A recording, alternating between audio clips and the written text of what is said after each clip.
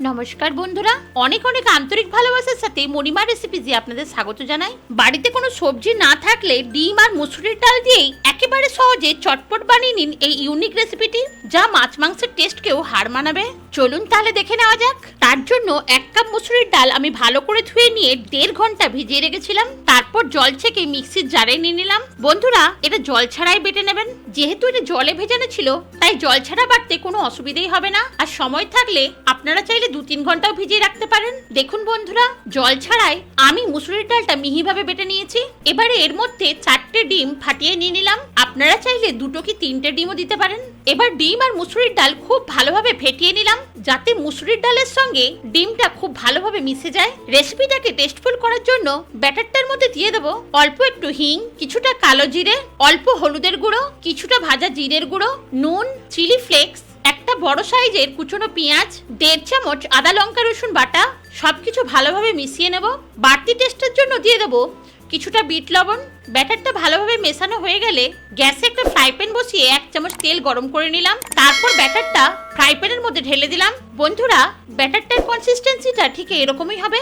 যতটা সম্ভব স্প্যাচুলা দিয়ে সমান করে নিলাম আর ঢাকা দিয়ে লো ফ্লেমে 5 মিনিট রান্না করে নেব। 5 মিনিট পর ঢাকাটা খুলে নিলাম। উপরের দিকটা পুরোপুরি শুকনো হয়ে গেছে, তাই একটু তেল ব্রাশ করে নিলাম আর তার উপরে প্লেট উল্টে মুসুরির ডাল আর ডিমের ধোকাটা প্লেটের মধ্যে নিয়ে নিলাম। এবার ফ্রাই প্যানটা তো তেল ব্রাশ করে ধোকার উপরের দিকটা ফ্রাই প্যানের নিচের দিকে দিয়ে লো ফ্লেমে ঢাকা দিয়ে 2 মিনিট রান্না করে নিতে হবে। 2 মিনিট পর ঢাকাটা খুলে নিলাম।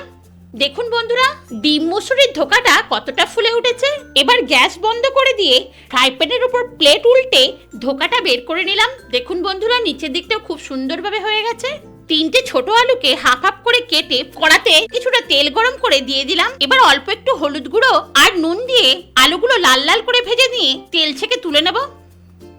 ওই তেলেই সুন্দর কালারের জন্য দিয়ে দেবো অল্প চিনি, দেবো 2টো তেজপাতা, একটা শুকনো লঙ্কা ছিঁড়ে নিয়েছি, অল্প জিরে, 3টে এলাচ, কিছুটা দারচিনি আর 4টে লবঙ্গ হালকা থেতে করে দিয়ে দিলাম। ফোড়নটাকে হালকা করে ভেজে নিয়ে দিয়ে দেবো 2টো বড় সাইজের কুচনো পেঁয়াজ।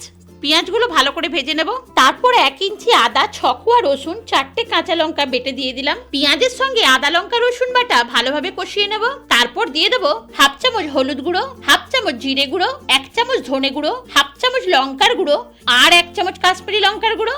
গ্যাসের ফ্লেম লোয়েতে রেখে সব মশলাগুলোই ভালো করে কষিয়ে নিতে হবে। দেবো একটা কুচনো টমেটো আর প্রয়োজন মতো নুন। এবার টমেটোটা মশলার সঙ্গে মিশিয়ে রান্না করে নিতে হবে। আর বাড়তি টেস্টের জন্য দিয়ে দেবো কিছুটা কাসুরি মেথি আর স্বাদের ব্যালেন্সের জন্য অল্প চিনি। মশলা ভালোভাবে কষানো হয়ে গেলে দিয়ে দেবো ভেজে নেওয়া আলুগুলো। তারপর মশলার সঙ্গে আলুগুলো খুব সুন্দর করে কষিয়ে নেব। মশলাটা অনেকখানি শুকনো হয়ে গেছে বলে আমি মিক্সির জার ধুয়ে অল্প জলও দিয়ে দিলাম। এবার আলুগুলো সেদ্ধ করার জন্য ঢাকা দিয়ে লো টু মিডিয়াম ফ্লেমে 5 মিনিট রান্না করে নেব। আলু কষাতে গিয়ে ডিম মুসুরির ধোকাটা আমি একেবারে ঠান্ডা করে নিয়েছি।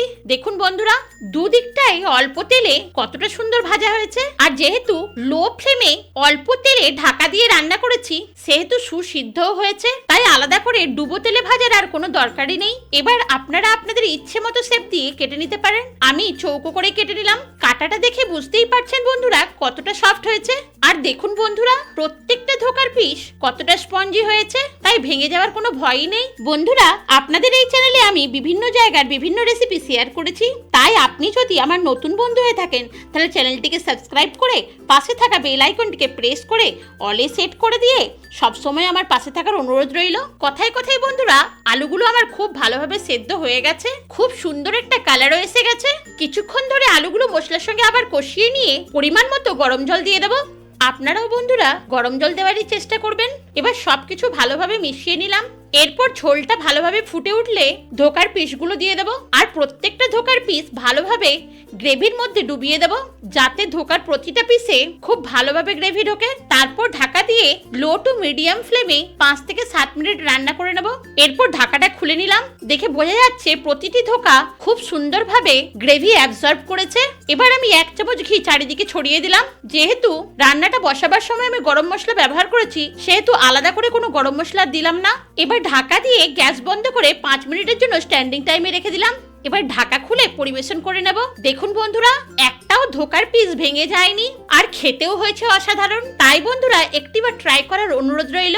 এই ভিডিওটি ভালো লাগলে অবশ্যই লাইক ও শেয়ার করবেন। আর এত ব্যস্ততার মধ্যেও সময় বের করে ভিডিওটি দেখার জন্য আমি পরম কৃতজ্ঞ। আপনাদের ভালোবাসাই আমার অনুপ্রেরণা।